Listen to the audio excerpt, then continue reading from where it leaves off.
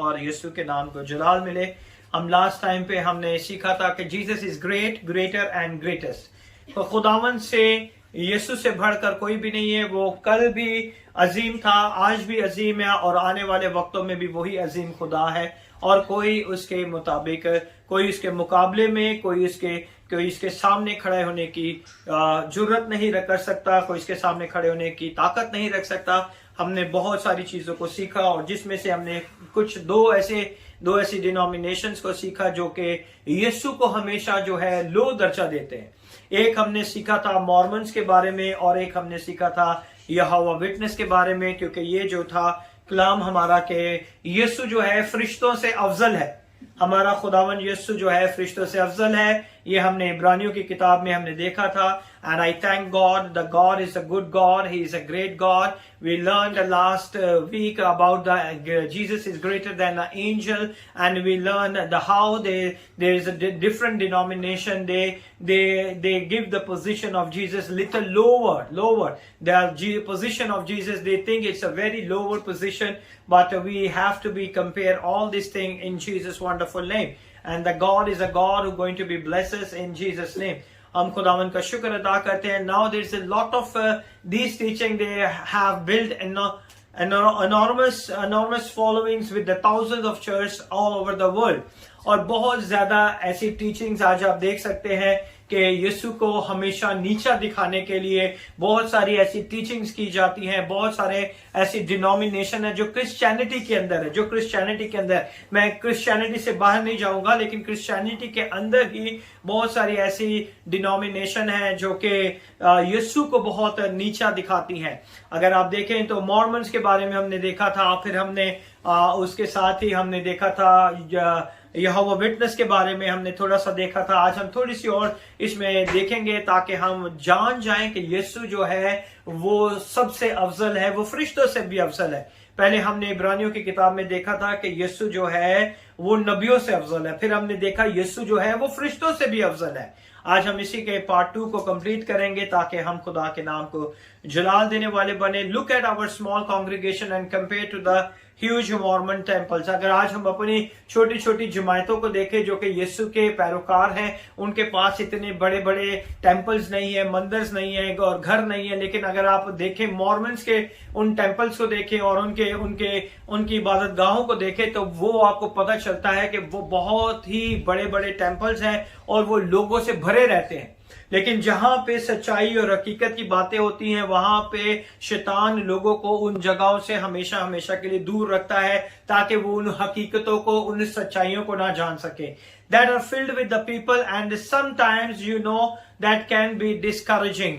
बहुत सी दफा ये बहुत ही डिस्करेजिंग बात होती है कि लोग सोचते हैं कि हम सच्चाई से खुदा के साथ चलते हैं और हमारे चर्चेज में लोग बहुत कम होते हैं, और जो सच्चाई के साथ नहीं चलते, जो यीशु को नीचा करते हैं, जो यीशु की तालीमात को नीचा करते हैं, वो चर्चेज आप देखें भरे रहते हैं। और जहां पे यीशु की सही तालीम भी नहीं दी जाती वहां पे लोग खुशी से जाते हैं। जहां सच्चाई होती है वहां पे लोग जो है बहुत कम जाते हैं। लेकिन ये एक बहुत डिस्करेजिंग जो है मरहला होता है, लेकिन खुदावन जो है इसमें भी अपना जलाल जाहिर करने की कुदरत रखता है।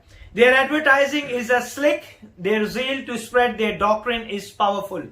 उनकी एडवर्टाइजमेंट इतनी होशियारी से वो एडवर्टाइजमेंट करते हैं कि लोगों को समझ नहीं आता कि वो क्या सुन रहे हैं और वो क्या समझ रहे हैं, और उनको उस डॉक्ट्रिन के बारे में, उस अकीदे के बारे में, जो उनका अकीदा होता है, जो उनकी डॉक्ट्रिन होती है, उसके बारे में वो नहीं समझ पाते कि वो क्या प्रीच कर रहे हैं। वो इस तरह से आपको बयान करके बताएंगे कि आपको लगेगा कि वाकई यीशु जो है वो फरिश्तों से भी नीचे है, यीशु जो है वो नबियों से भी नीचे है। वो इस तरह से प्रीच करते हैं, वो इस तरह से एडवर्टाइज करते हैं ताकि आपको उनकी बातों के ऊपर यकीन आ जाए।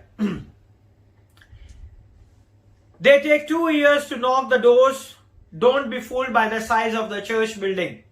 आपको पता है यहोवा विटनेस वाले और जितनी ये मिशनरी वाले ही डोर टू डोर नॉक करते हैं, लोगों के घरों में जाते हैं, लोगों को पैगाम सुनाते हैं और लोगों के साथ ऐसे सवालात करते हैं कि उनको पता नहीं होता। फिर उनको बाइबल में से वो चीजें जो पुराने अहदनामे की चीजें हैं उनको निकाल निकाल के बताते हैं और कहते हैं कि देखें खुदावंद यीशु यहाँ पे कहीं भी नहीं, यहाँ पे सब चीजें जो है यहोवा पाक खुदा के नाम से हैं, यहोवा के नाम से हैं और एलोहीम के नाम से हैं। तो वो इस तरह की टीचिंग जो है ये उनका मैंडेट होता है कि वो 2 साल तक नॉक टू नॉक डोर हर एक गलियों में मोहल्लों में जाके दरवाजा लोगों के घरों में दस्तखत देके उनके साथ बातचीत करते हैं, उनको कन्विंस करने की कोशिश करते हैं ताकि लोग जो है वो यीशु को ना जाने बल्कि वो यहोवा के ऊपर ही अपना ईमान रखें और यीशु को जो है वो कमतर दिखाने की कोशिश करते हैं।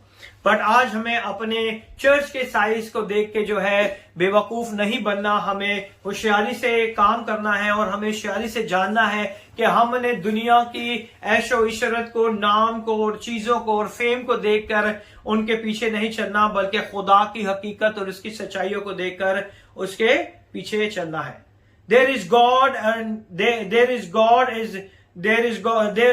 and there is no God. जहां पे बहुत सी दफा देखते हैं कि बहुत सारी ऐसे चर्चेज हैं जहां पे यीशु का नाम भी नहीं लिया जाता। बहुत सी दफा आप बड़े बड़े अगर आप वो देखें पास्टर्स को देखें तो वो बाइबल की आयतें कोट नहीं करते, वो बोलते तो बाइबल की आयतें हैं लेकिन वो कभी नहीं कहते कि ये स्क्रिप्चर जो है यहां से लिया गया, यहां से लिया गया और यीशु इस कलाम को वो ही स्क्रिप्चर्स को इतना खूबसूरती से मॉडिफाई करके आपको बताते हैं कि आपको पता ही नहीं चलता कि वो आपको इंकरेजिंग कर रहे हैं या आपको खुदा की तालीम से थोड़ा हट कर बता रहे हैं। ये आपको समझने की जरूरत है। जब आप किसी भी फेसबुक पे किसी बड़े प्रीचर्स को सुनते हैं तो हमेशा याद रखें कि हर वो प्रीचर जो बाइबल की वर्सेस को कोट करके बाइबल से ही बताता है वो खुदावन की उन सच्चाइयों को खूबसूरती से बयान करता है। लेकिन मोस्ट ऑफ द प्रीचर जो है वो उनको कोट नहीं करते, वो उन आयत को लेते हैं लेकिन वो आयत नहीं बताते कि वो आयत कहां से ली गई और उसको मॉडिफाई करके आपके सामने पेश किया जाता है ताकि आप जो है उस आयत को समझे कि वो इंकरेजिंग वर्ड है आपके लिए। तो हमें ये जानने की जरूरत है, बहुत सारी चीजें हैं जो कि खुदा हमें सिखाना चाहता है ताकि हम उसके नाम को जलाल देने वाले बने। There Jesus not the Jesus of the Bible, वो जीसस को प्रीच करते हैं लेकिन उस जीसस को नहीं जो खुदा के कलाम में लिखा गया है। वो यीशु की तालीम तो देते हैं, यीशु के बारे में भी बताते हैं लेकिन उस तरह नहीं बताते जिस तरह खुदा के कलाम में यीशु के बारे में लिखा गया है। The Jesus that the Hebrew writer described, he is the one who is the Lord. अब जो इब्रानियों का मुसन्नफ है जो कि इस यीशु के बारे में बता रहा है वो कहता है कि वो हमारा खुदावंद है, कि वो यीशु जो जिसकी मैं बात कर रहा हूं वो कौन है, हमारा खुदावंद है। He is the one who is the savior. वो खुदावंद जिसके बारे में बता रहा हूं, वो यीशु जिसके बारे में मैं कह रहा हूं कि वो खुदावंद है, वो यीशु जो है वो हमारा निजात दहिंदा है। बहुत से प्रीचर अपने बहुत से इंटरव्यूज के अंदर यीशु को निजात दहिंदा डिक्लेयर नहीं करते। बहुत सारी ऐसी वीडियोस हैं यूट्यूब के ऊपर जहां आप उन्हें देखेंगे तो आपको पता चलेगा बड़े बड़े प्रीचर्स जो हैं वो इस बात को डिनाई कर देते हैं।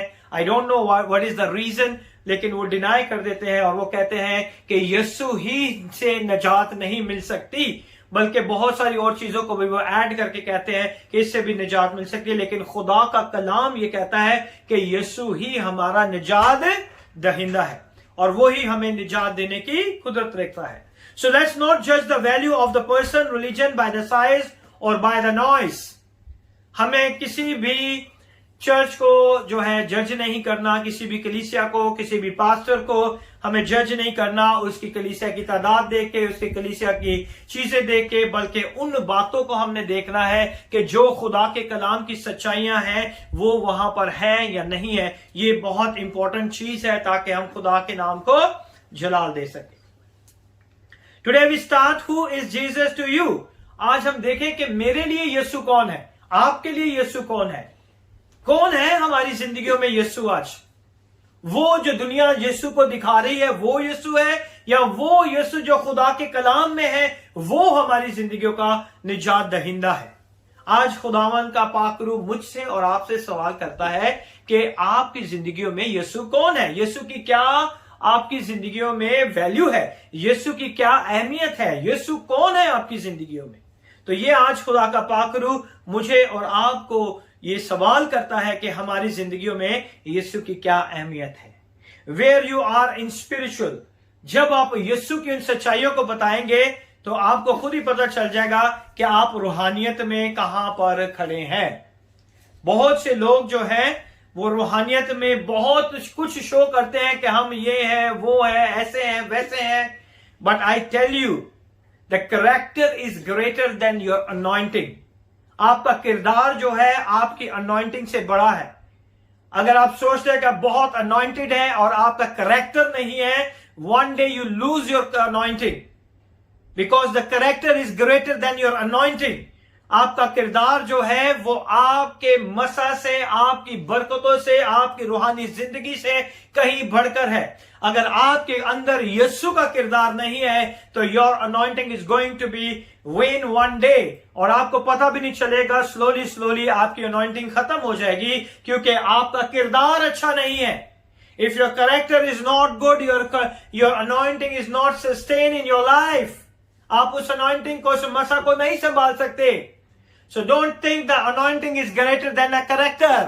अगर आप ये सोचते हैं कि मसा जो है वो आपके कैरेक्टर से बढ़कर है तो go and look at the life of David।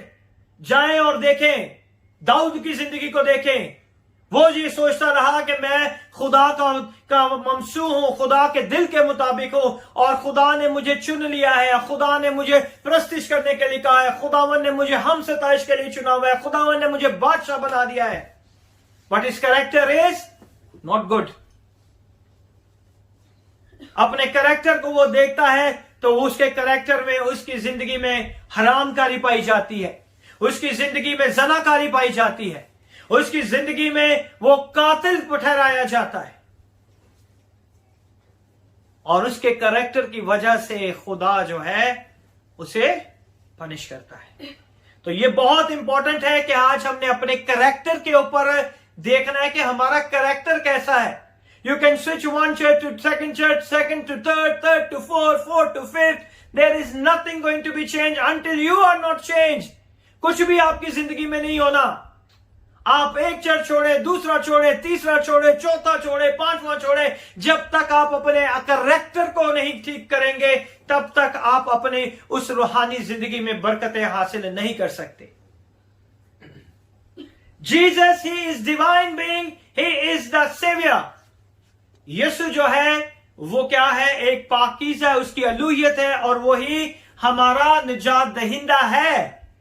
बहुत से लोग यीशु को जानते हैं, बहुत से लोग यीशु को मानते हैं, बहुत से लोग यीशु के पास आते हैं, लेकिन यीशु जो है वो क्या है? वो हमारा निजात दहिंदा है।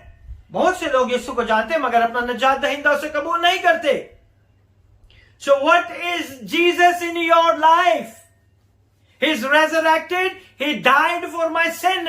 वो मेरी खातिर मुर्दों में से जी उठा है और वो मेरे गुनाहों की खातिर हुआ है। तो कितने लोग इस बात को कबूल करते हैं कि यीशु मेरे गुनाहों की खातिर मरा है? कितने लोग ये कहते हैं कि यीशु जो है मेरे लिए मुर्दों में से जी उठा है? So that is the important thing. If he is not the lord of the angel, he is not our lord. अगर वो फरिश्तों का भी खुदावन नहीं है तो फिर वो हमारा भी खुदावन नहीं है, क्योंकि फरिश्तों को खल्क करने वाला भी यीशु मसीह नासरी है। Amen? If a man has a 20 million church and building and he stood up and teach that is Jesus is an angel। आजकल का क्या माहौल है कि फेसबुक पे हम बड़े बड़े खादमों को सुनते हैं, उनकी चीजों को कोट करके अपने फेसबुक से शेयर कर देते हैं और हम समझते हैं कि ये ही जो बातें, ये जो 20 मिलियन की जिसके पास बिल्डिंग है, इतना नाम है, इतनी चीजें हैं, अगर वो गलत भी प्रीच करता है तो हम उसकी गलत चीज को भी कोट करके अपनी फेसबुक से शेयर कर देते हैं। हम कभी खुदा के कलाम में से उन चीजों को नहीं देखते, नहीं सोचते, नहीं समझते कि वो आयत किस पर्पस के लिए, किसके लिए लिखी गई है। So that is not okay. So if the person is so rich, if he is preach wrong, the people say amen. हमें ये जानने की जरूरत है कि आज सच्चाई क्या है। हमें यीशु को जानने की, अगर वो कहता है, अगर उनके पास बहुत बड़ा चर्च है, बहुत नाम है, बहुत रुपया है, बहुत पैसा है, और वो कहता है कि यीशु जो है वो एक फरिश्ता है, सो पीपल से आमेन, क्योंकि वो बहुत बड़ा पास्टर है, बहुत नाम है, बहुत बड़ी कलीसिया है ना। तो हम ऐसे ही करते हैं, हम क्या करते हैं, उनके पीछे चले जाते हैं, क्योंकि उनका चर्च बहुत बड़ा है, उनका नाम है, उनकी बुक्स है, उनके फेसबुक पे मिलियंस व्यूअर्स हैं, यूट्यूब पे मिलियंस के हिसाब से व्यूअर्स हैं, तो वो कैसे गलत प्रीच करते हैं। ये हमारी थिंकिंग है। लेकिन हमने कभी खुदा के कलाम में से नहीं पढ़ा कि खुदा का कलाम हमें क्या सिखाता है। It doesn't matter he gots the wrong teaching. जो सच्चे खुदा के लोग हैं वो ऐसे लोगों को नहीं मानते, वो खुदा के कलाम में से ढूंढते हैं। जब भी आप कोई मैसेज सुने, देखें कि वो खुदा के कलाम में से है भी या नहीं। कितनी बार जो है प्रीचर ने उसे कोट किया है खुदा के कलाम में से। तो आज हमें यह जानने की जरूरत है। It doesn't matter he gots a wrong teacher, Jesus always more not less. Yeshu हमेशा सबसे ऊपर है, किसी से भी नीचे नहीं है। Amen. Mark chapter 6 verse number 3, come on, read.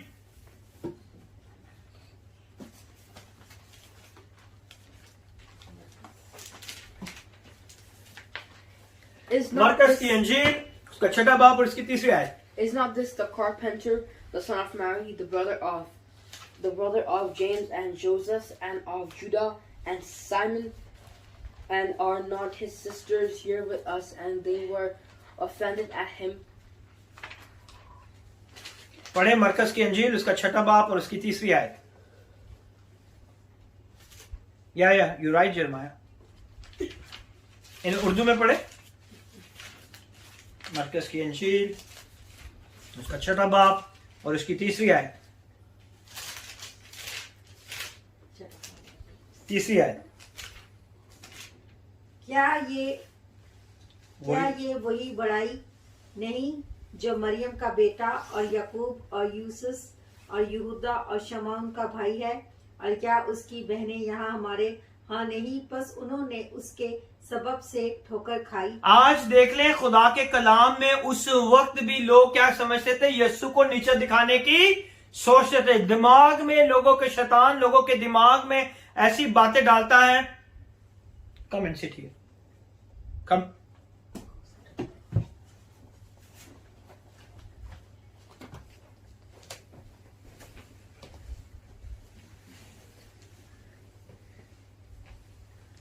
क्या ये वही बड़ाई नहीं जो मरियम का बेटा और याकूब और योसेस और यहूदा और शमौन का भाई है?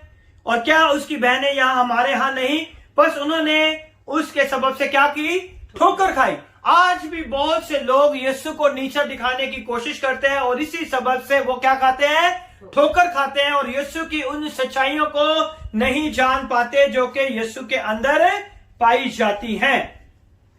Here we see the people of his home, house town, hearing of his miracle, listening to his teaching। वही लोग हैं ये जो खुदा के मौजज़ात को देखते थे, जो उसकी कलाम की बातों को सुनते थे और जो उनकी सारी टीचिंग्स को सुनते थे। लेकिन वही ये कहते हैं कि ये वही यीशु नहीं जो बड़ाई है।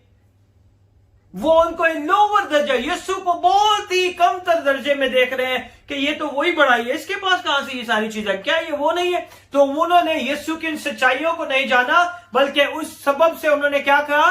ठोकर खाई है उन्होंने, क्योंकि उन्होंने उन हकीकतों को जानने से इनकार कर दिया है। And they remark that he was just one of us. उसने कहा कि क्या ये हमारी तरह नहीं है? क्या ये इसके बहन भाई नहीं है? क्या ये इसकी बहनें नहीं है जो हमारे साथ है? ऐसा ही है ना। और उन्होंने यीशु को क्या किया है? कमतर दिखाया है। और यहां पे हम देखेंगे जॉन, यूहन्ना की अंजील उसका 8वां बाब और उसकी 48वीं आयत में हम देखेंगे 8:48 में, जॉन 8:48, यूहन्ना की अंजील उसका 8वां बाब और उसकी 48वीं आयत। यीशु को किस तरह शुरू से ही लोग कमतर देखते थे और उसे कमतर दिखाया गया है। Then answered the Jews and said unto him, Say we not well that thou art a Samaritan and hast a devil? तुम इसलिए नहीं सुनते कि खुदा नहीं हो।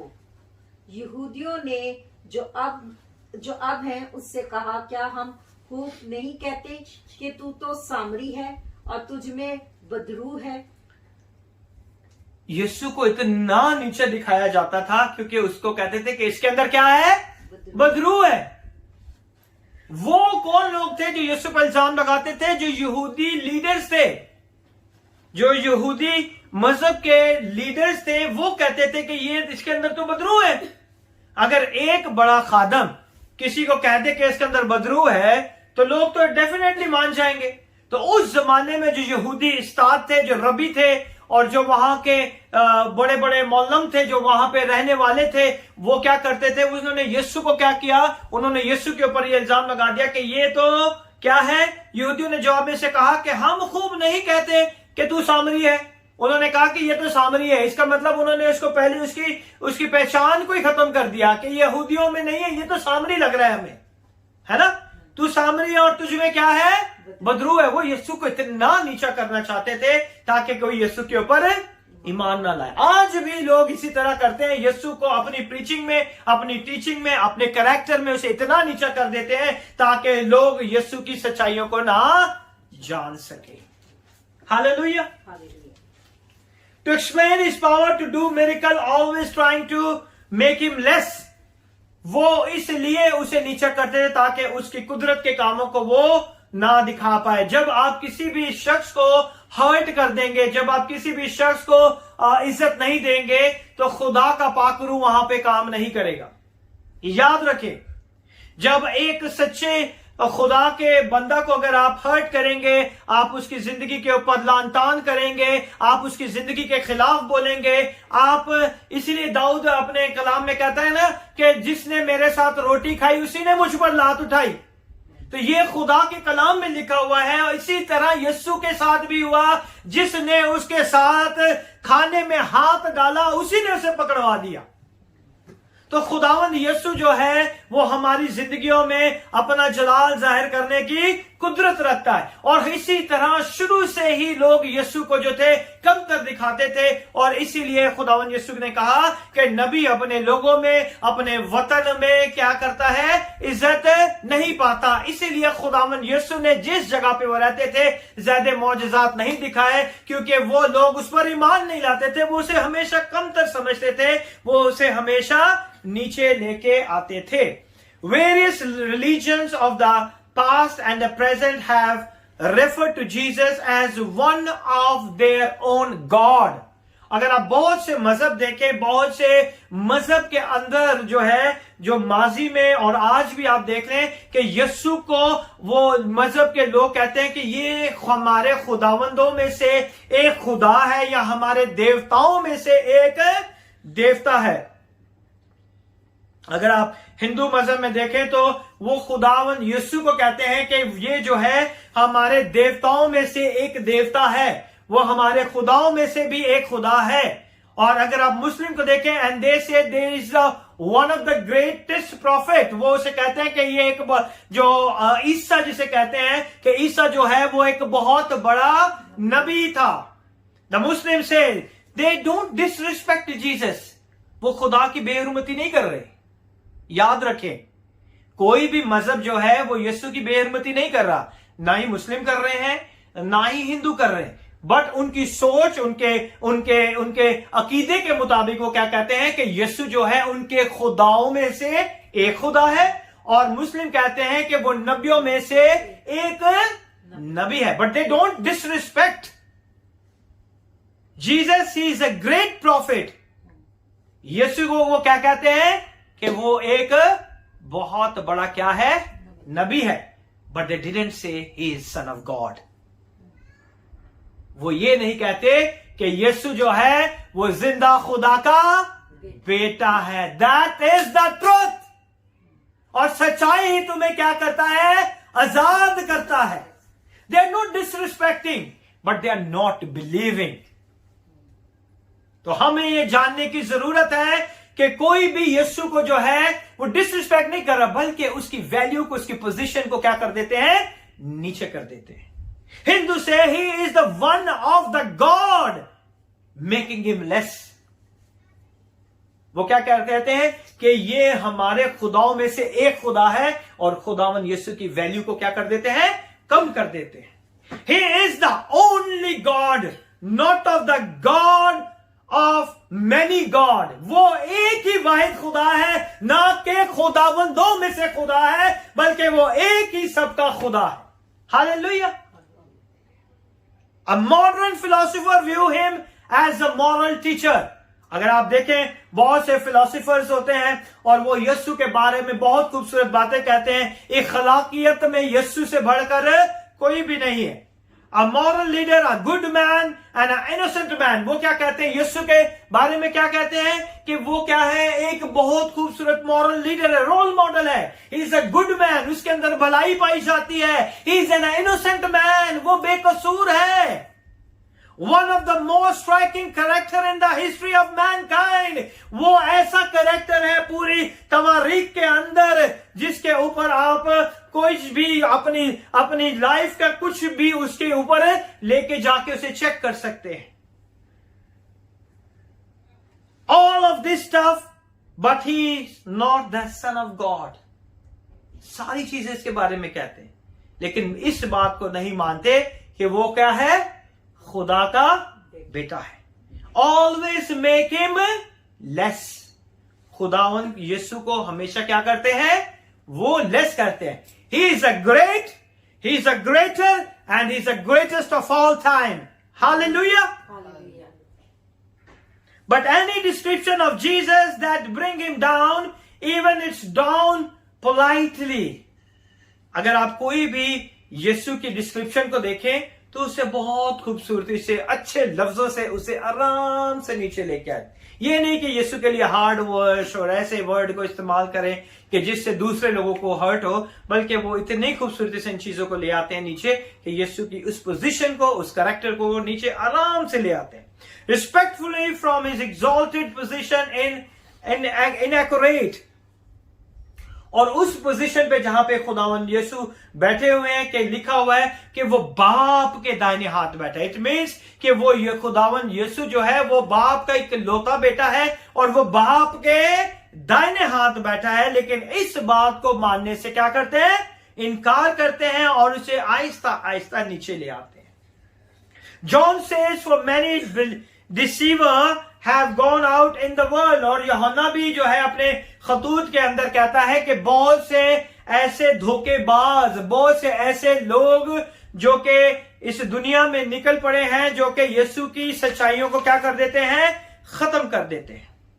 Those who do not acknowledge Jesus Christ as coming in the flesh, और बहुत से लोग जो है इस बात को मानने से इनकार कर देते हैं कि खुदा का बेटा यीशु मसीह नासी मुजस्सम होकर इस बदन को उसने लेकर इस रूह जमीन पर आया है।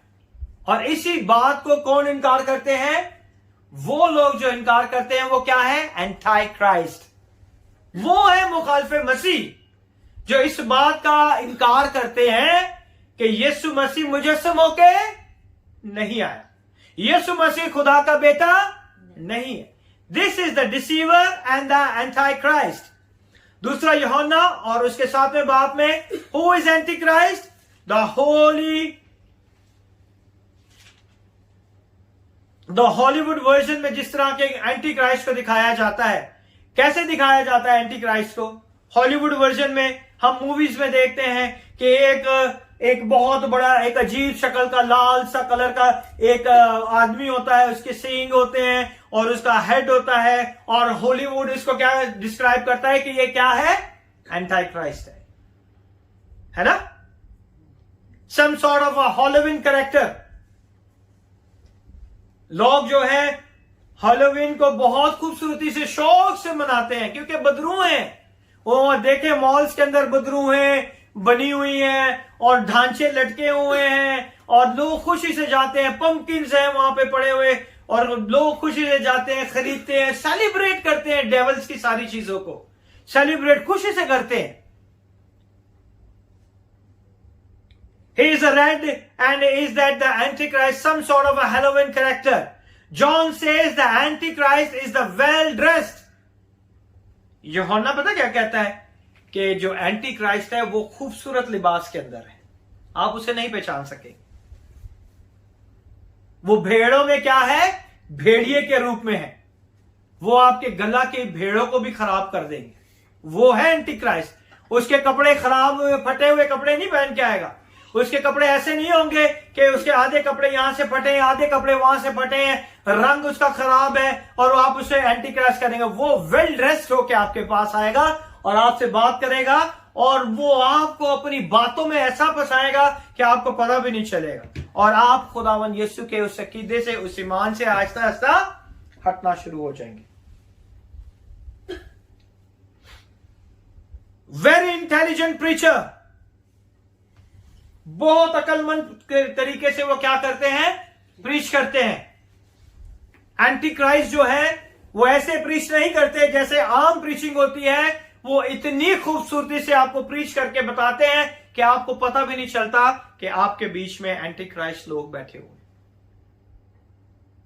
They are well dressed, they are intelligent preacher and speaker.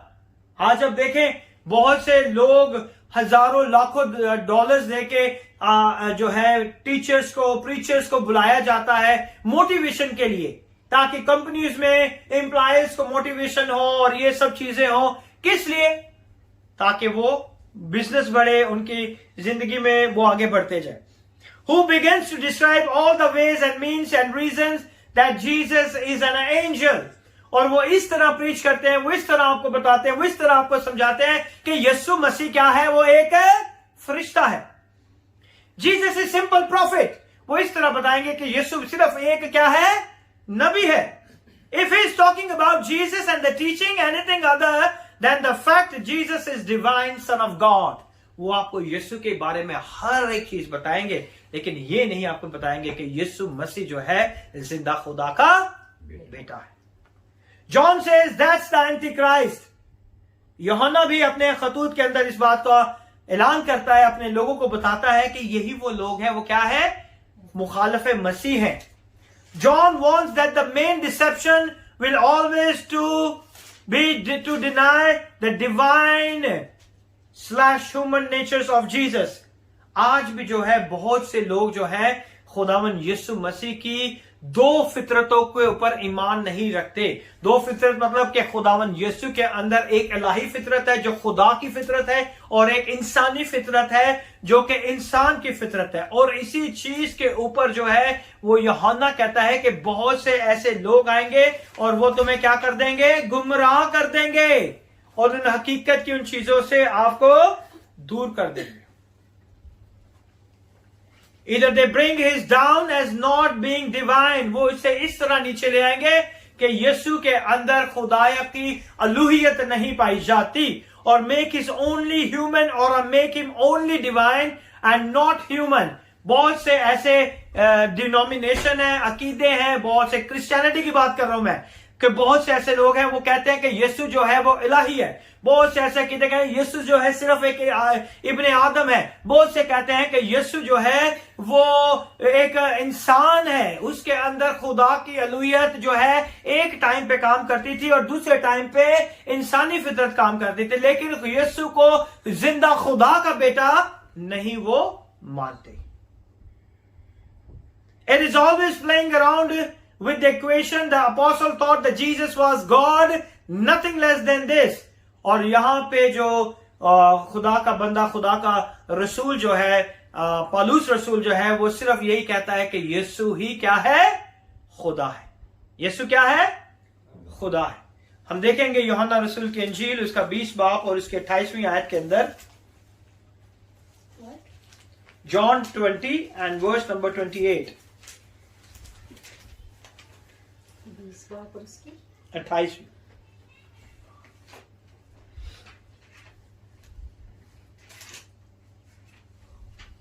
बीस बाब और उसके 28वीं आयत, चैप्टर नंबर 20 वर्स नंबर 28। तोमा ने जवाब में उससे कहा कि ए मेरे खुदावन, ए मेरे खुदा। यीशु ने उससे कहा, तू तो मुझे देखकर ईमान लाया है, मुबारक वो है जो बगैर देखे ईमान लाए। John 20, verse number 28. 20, verse number 28. Hallelujah. Thank you, Jesus.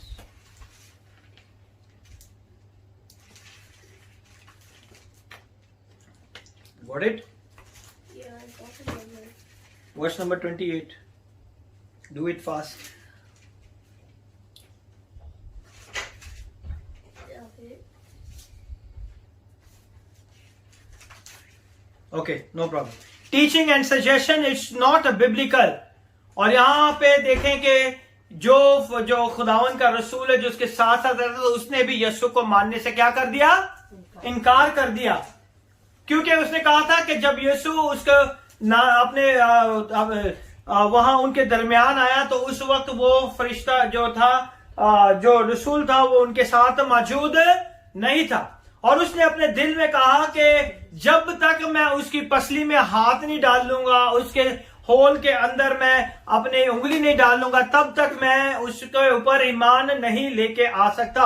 John even said that teaching of this nature is part of the Antichrist in the world then and today. उस टाइम पे भी ऐसी तालीमात जो थी वो क्या थी? मुखालिफ मसीह की तालीमात थी। और आज भी वो तालीमात जो है वो मुखालिफ मसीह की तालीमात है। Okay, you can read. Thomas answered him, My Lord and my God. Thomas से कि आए, तुम्हारे जवाब में से कहा कि आए मेरे खुदावन, आए मेरे खुदा। फिर उसने जब उसने खुदा को देख लिया तो उसने खुदा को अपना जो है खुदावंद मान लिया। In this particular session Jesus is greater than a angel. और इसी जिससे हम स्टडी को लेकर चल रहे हैं, जो कि हमारी लास्ट सेशन में स्टडी थी कि यीशु मसीह जो है फरिश्तों से भी क्या है? अफजल है। Now this is the important point for the Jewish, क्योंकि जूश के लिए ये बहुत इंपॉर्टेंट पॉइंट था कि यीशु जो है वो फरिश्तों से किस तरह अफजल है। क्योंकि in their life angel is their understanding in their experience, क्योंकि वो फरिश्तों के बारे में बहुत खूबसूरती से समझ रखते थे और उनके साथ फरिश्तों के साथ उनका काफी अच्छा एक्सपीरियंस था और वो जानते थे कि फरिश्ते किस तरह काम करते थे। They represented a significant part of contact with the supernatural being, कि वो जो है वो खुदा के उन अलाही कामों को, उन अलाही बातों को लोगों के साथ पास लेके आते थे, ताकि वो लोग जाने कि खुदा किस तरह अपने लोगों के बीच में रहता है, किस तरह उनके साथ हम कलाम होता है। May have to consider Jesus is an angelic being, और वो यही सोचते थे कि यीशु जो है कि फरिश्तों में से कोई एक बड़ा फरिश्ता है, rather than a divine being. वो ये नहीं सोचते थे कि यीशु जो है वो उसके अंदर खुदा की अलूहियत पाई जाती है, बल्कि वो सोचते थे कि यीशु जो है वो फरिश्तों में से कोई एक फरिश्ता है। Jesus is a rightful place in the right hand of father. Yeshu जो है वो बाप के दाहिने हाथ पे बैठा है और वही उसकी जगह है। For far above the position of the angels, he warned his reader. और इसीलिए जो इब्रानियों के खत का मुसन्नफ है वो अपने सार्फीन को, अपने ऑडियंस को ये बताना चाहता है कि यीशु जो है वो फरिश्तों से अफजल है। Why this exalted Jesus took for a while at least, क्यों वो यीशु को सबसे अफजल दिखा रहा है। और फिर वो कहता है कि यीशु ने जो पोजीशन ली है वो फरिश्तों से नीचे है। पहले वो क्या कहता है कि यीशु जो है वो फरिश्तों से ऊपर है, फिर आगे वो जाके उनको समझाता है कि यीशु ने जो पोजीशन ली है वो फरिश्तों से थोड़ी कमतर है। अगर यीशु फरिश्तों से अफजल है तो यीशु की पोजीशन किस तरह कम हो सकती है? आज हम खुदा के कलाम में से देखेंगे। They accept Jesus is greater than angel. अगर वो ये बात को तो हजम कर सकते थे, मान सकते थे कि यीशु जो है वो फरिश्तों से क्या है? अफजल है, लेकिन ये नहीं मानते थे कि यीशु की पोजीशन जो है फरिश्तों से भी कम है ना? It's amazing. एक जगह हम सीख रहे हैं कि यीशु की पोजीशन जो है वो फरिश्तों से अफजल है, लेकिन आगे जाके मुसन्निफ उन्हें समझा रहा है कि यीशु ने अपने आप को इतना पस्त कर दिया था कि फरिश्तों से भी उसने अपने आप को कमतर जो था कर लिया. But how he take a lower position than a angel. किस तरह उसने फरिश्तों से अपने आप को कमतर पोजीशन दी. I want to explain you how the book of Hebrew written. आपको थोड़ा सी चीजें समझाना चाहूंगा ताकि आपको समझ आए कि खुदा के कलाम में इब्रानियों की मुसन्निफ जो है वो इसको किस तरह इस किताब को अपनी बातों के अंदर, अपनी चीजों के अंदर इसे किन किन डिवाइसेस से लोगों को समझा रहा है. Now he said that some of the devices that the author uses new ideas. यहां पे आप देखें कि इब्रानियों का आप निकाल के रखें, इब्रानियों का खत द बुक ऑफ हिब्रू. हम उसे दोबारा कंटिन्यू करेंगे ताकि हम खुदा के जलाल को देखें, उसकी सारी सच्चाइयों को जान सकें, क्योंकि हम बहुत सारी चीजें जो है पहले सीख चुके हैं. Some of the devices that the author used new ideas, so we need to understand the author used the several devices. हम ये बात को जानेंगे, समझेंगे कि जो इब्रानियों का मुसन्नफ है वो जो है बहुत सारी ऐसी चीजों को इस्तेमाल करके लोगों को समझा रहा है. पहले चैप्टर की चौथी आयत इब्रानियों 1 और 4 के अंदर हम देखेंगे, और 1 और 4 से लेकर दूसरे बाब की 18वीं आयत तक वो एक बहुत खूबसूरत आइडिया के साथ लोगों को क्या कर रहा है, समझा रहा है. The general idea that he is talking about is that Jesus is greater than an angel. अगर आप देखें तो वो उन्हें बताना चाह रहा है कि यीशु जो है वो फरिश्तों से क्या है, अफजल है. But within this general theme he introduced another idea he will not elaborate. और वो इसी चीज के साथ वो एक और नए आइडिया को भी लोगों को बताना चाह रहा है जिसको वो अभी खींच नहीं रहा, उसको उसकी वजाहत नहीं अभी तक वो कर रहा, और वो उनको बताना चाह रहा है कि वो एक और नए आइडिया से उन्हें समझाना चाहता है. Elaborate in other chapter. वो इस बाब में नहीं बल्कि अगले बाब में उस चीजों को क्या कर रहा है, समझाने की कोशिश कर रहा है. Now he usually does this at the end of this the chapter. और यूजुअली जो भी मुसन्निफ होता है वो अपने हर बाब के इख्तिताम में उसका थोड़ा सा खुलासा दे देता है कि मैं इसे यहां पे खत्म कर रहा हूं. लेकिन यहां पे मुसन्निफ आपको आने वाली चीजों के बारे में भी उस खत्म होने के साथ ही कंटिन्यू कर देता है. I will call this device a hook word और अ बिल बोर्डिंग. मैं इस डिवाइस को आपको इस तरह समझाना चाहूंगा जिस तरह के हुक बोर्ड, जैसे कि आप साइन बोर्ड देखते हैं और बिल बोर्डिंग देखते हैं कि जो जिससे आपको पता चल जाता है कि नेक्स्ट जो है एग्जिट कौन सा है. You know you are driving down the highway. जब आप हाईवे के ऊपर ड्राइव करते हैं you see signs of McDonald next exit. तो आपको ये आता है कि जो मैकडोनल्ड का जो है एग्जिट है वो नेक्स्ट एग्जिट है. आप हाईवे के ऊपर हैं तो उस जगह के आने से पहले एक बोर्ड आ जाता है और बोर्ड पे लिखा होता है कि नेक्स्ट एग्जिट जो है वो ये नंबर का एग्जिट है और ये आपको मैकडोनल्ड ले जाएगा. इस साइन बोर्ड को क्या कहते हैं, बिल बोर्डिंग. इस साइन बोर्ड को हम क्या कहते हैं, bill boarding. That's a bill boarding. But McDonald is not right away. उस साइन बोर्ड के ऊपर मैकडोनल्ड नहीं है, लेकिन मैकडोनल्ड के आने से पहले वो साइन बोर्ड दिया जाता है ताकि आपको पता चल जाए कि नेक्स्ट एग्जिट किसका है, मैकडोनल्ड का है. McDonald's drive-thru. हाँ, McDonald's drive-thru. Is not right there. ये उस एग्जिट के ऊपर नहीं है. It's telling you the pretty soon you are going to arrive to a spot where you can take an exit to go to McDonald.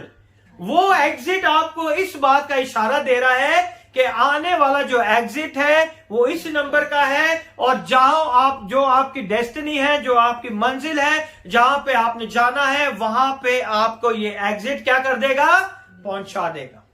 Well he does the very same thing here. और यहां पे भी उसने इसी चीज को बहुत खूबसूरती के साथ बयान किया है. और यहां पे वो क्या कहता है, चैप्टर 1 वर्स नंबर 14 के अंदर हम पढ़ेंगे.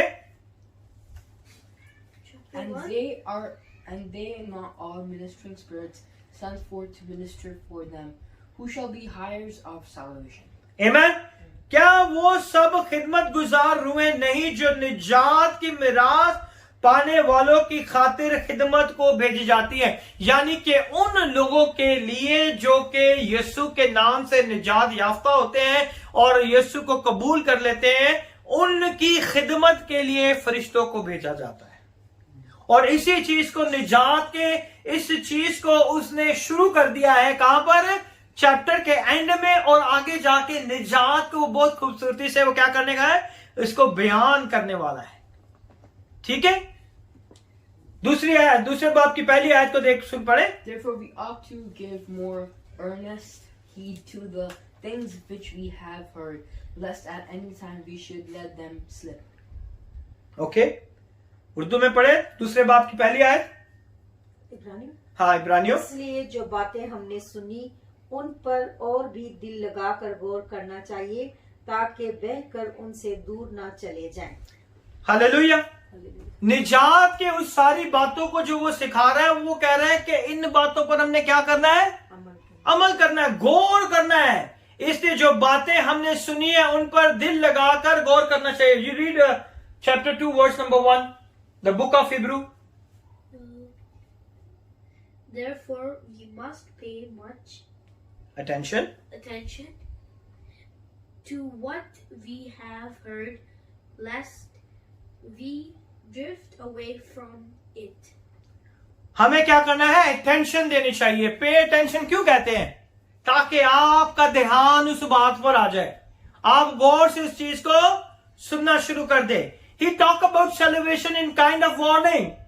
वो क्या कर रहा है कि वो निजात की उन बातों को जो समझा रहा है, कि उनको खबरदार कर रहा है कि जो निजात तुमने पाली है उससे पीछे नहीं जाना आपने।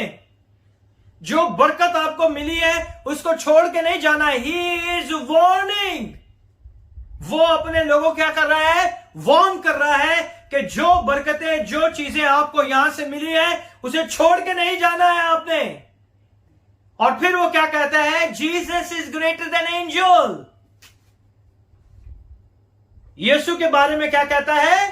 कि वो क्या है? फरिश्तों से क्या है? अफजल है। It's like a arrow to slip of the bow. कितने लोगों को बॉन एरो का पता है? बॉन एरो यानी कि वो तीर कमान जिसके साथ लगा के उसे खींचा जाता है और फिर जब उसे छोड़ा जाता है तो वो उतनी रफ्तार से जाके टारगेट पे हिट करता है। और about that ship past and the safe, वो यानी कि वो बोट जो कि जारी और उसके अंदर हम सेफ है। हम दूसरी आयत को पढ़ेंगे क्योंकि नाउ लिसन वेरी केयरफुली, किस तरह वो कहता है कि यीशु फरिश्तों से अफजल है। For if the word spoken by angels was steadfast, and every transgression and disobedience receive a just recompense of reward. पढ़े उर्दू में। क्योंकि जो कलाम फरिश्तों की मार्फत फरमाया गया था, जब वो कायम रहा और हर कसूर और नाफरमानी का ठीक ठीक बदला मिला, तो इतनी बड़ी निजात से गाफिल रहकर हम क्यों कर बच सकते हैं? He said, here the reason why he said that they must pay closer attention. वो इसलिए उन्हें कहता है कि इस बात पर गौर करो, इस बात के ऊपर ध्यान रखो, इसके ऊपर तुम्हारा दिल लगा रहे कि जो निजात तुमने यीशु नाम से पाई है वो कोई ऐसी वैसी निजात नहीं है। और अगर तुम उसे फरिश्तों के बामुकाबल समझते हो तो याद रखो कि वो फरिश्तों से अफजल है। और फिर वो क्या कहता है कि अगर फरिश्तों के जरिए खुदा ने अगर कलाम किया है तो उनकी अदालत भी की है। ठीक है। And he brings the idea of angel. He said that was spoken through the angel to Abraham concerning Sodom and Gomorrah. और क्या कहता है कि अगर फरिश्तों की मार्फत जो कलाम किया गया है तो उसका भी ठीक ठीक बदला दिया गया। अब फरिश्ते आए और फरिश्तों ने क्या कहा इब्राहिम से, हमने क्या करना है कि सदूम और अमूरा को हमने तबाह करना है। तो ये कलाम किसने किया? फरिश्तों ने किया। और यहां पे ये बता रहा है मुसन्नफ कि क्योंकि जो कलाम फरिश्तों की मार्फत फरमाया गया था, ये वो कलाम था जो फरिश्तों की मार्फत फरमाया गया था। अगर फरिश्तों के मुंह से बात निकली है तो उसका पूरा पूरा हिसाब दिया गया, बदला लिया गया। तो फिर आगे हम देखते हैं कि क्या लिखा हुआ है। जब वो कायम रहा और हर कसूर और नाफरमानी का ठीक ठीक बदला मिला। सदोम और अमूरा की नाफरमानी का ठीक ठीक बदला दिया गया, और वो कलाम किसकी मार्फत था? फरिश्तों की मार्फत था। And that was given through angel. Paul takes the Galatians 3:19. If the word were required to be obeyed, अगर वो कलाम जो फरिश्तों की मार्फत दिया गया था, अगर उसके ऊपर अगर वो ईमान ले आते, and God punished without exception those who disobey, तो खुदावन जो है उनके लिए जो था वो एक रास्ता निकाल देता, ताकि वो जो है इस गजब से क्या हो जाते? बच जाते। जो कि नाफरमान लोग थे, गॉड उनको क्या करता? पनिश करता खुदा, और जो फर्मा बरदार थे वो उसमें से उस गजब में से निकल जाते। ऐसे ही हुआ था ना सदूम और अमूरा में। क्या हुआ? क्योंकि फरिश्तों के कलाम के ऊपर कौन ईमान लाया? नहीं, कौन लेके आया? What happened in Sodom and Gomorrah? कौन लेके आया ईमान? No, The angels. फरिश्तों ने कलाम किया कि हम इस सदूम और अमूरा को खत्म कर देंगे। तो इस बात के ऊपर कौन ईमान लाया? कौन था सदूम और अमूरा के अंदर? लूत। इब्राहिम और लूत। नहीं, इब्राहिम दूसरी साइड पे था, लूत दूसरी साइड पे था।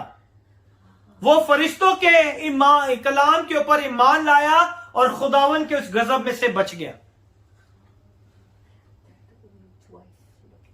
और जो 4 लोग थे, कौन कौन थे 4 लोग? उसके बच्चे, 2 बेटियां और उसकी उसकी मिसेज, उसकी जीवन साथी, उसकी बीवी और वो खुद। फरिश्तों ने कहा कि यहां से निकल जाओ और पीछे मुड़ के नहीं देखना, है ना। उन्होंने फरिश्तों के बाद हुक्म को माना और वो उस गजब में से निकल गए। What if they do turn back? And they turn back, they become the salt. और वो जो थी नमक का सतून बन गई। ओके, तो अगर फरिश्तों के कलाम के अंदर इतनी ताकत थी कि अगर उसकी नाफरमानी के करने के ऊपर इस तरह ठीक ठीक सजा मिलती थी, तो आगे देखे खुदावन के कलाम में और क्या लिखा हुआ है। And he says look you need to pay attention. इसीलिए वो बार बार कहता है दूसरी आयत के अंदर कि गौर करें, अपने दिल को लगा के रखें। दिल के अंदर आप ये बात जान जाएं कि अगर फरिश्तों के साथ कलाम किया गया है, अगर फरिश्तों की नाफरमानी करने पे ठीक ठीक बदला मिलता है, तो अगर हम यीशु की नाफरमानी करेंगे तो क्या हाल होगा? हाँ, he said look you need to pay attention, the word come through the angel, if it was disobeyed was punished। अगर फरिश्तों के मुंह से कलाम निकला है और उसे अगर उन्होंने नहीं माना, तो उन्हें क्या मिली है? सजा मिली है। Now we go for the 3rd and 4th verse. तीसरी और चौथी आयत को देखें। How shall we escape if we neglect so great salvation, which at the first began to be spoken by the Lord, and was confirmed unto us by them that heard him? God also bearing them witness both with signs and wonders, and with divers miracles and gifts of the Holy Ghost according to his own will। पढ़े उर्दू में। तो इतनी बड़ी निजात से गाफिल रहकर हम क्यों कर बच सकते हैं? तो इतनी बड़ी निजात से गाफिल रह के, यानी कि इतनी बड़ी निजात जो हमें मिली है, तो इसको अगर हम गाफिल यानी कि निगलेक्ट करते हैं, इग्नोर करते हैं, तो उससे कैसे हम बच सकते हैं? आगे देखें क्या लिखा है। जिसका बयान पहले खुदावंद के वसीला से हुआ, जिसका इस निजात का पैगाम पहले किसके वसीला से हुआ? खुदावन के वसीला से हुआ, और सुनने वालों से हमें पाया इस सबूत को पहुंचा। और खुदावन का कलाम जो है सबूतों के साथ हम तक पहुंचा कि निजात दहिंदा जो आने वाला है उसके ये निशान है, ये सबूत है, और उसकी बात पर हमने क्या करना है? ईमान लाना है। आगे पढ़े।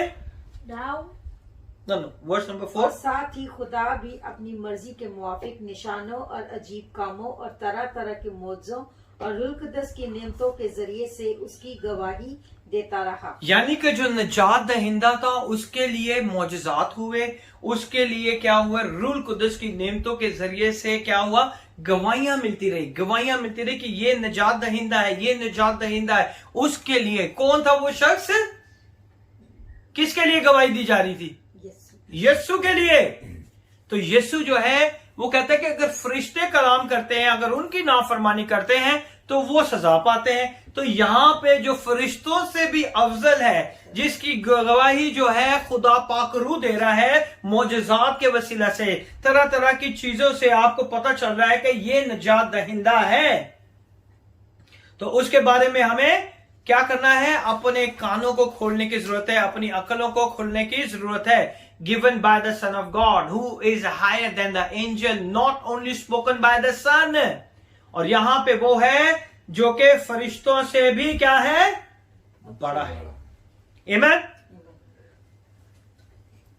But preached by the apostle and confirmed by, in other word, but preached by the miracles apostle and confirmed by miracles। यानी कि वो कहता है कि यीशु जो है निशानात, मोजज़े और अजीब कामों से इसकी कुदरत को उसने क्या किया है?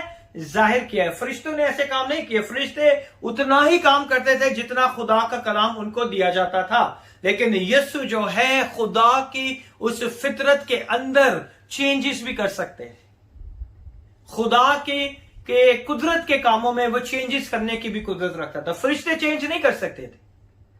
समझ रहे आप मेरी बात को? फरिश्तों के पास ये इख्तियार नहीं था कि खुदा के कामों में कुछ चेंजेस कर सके।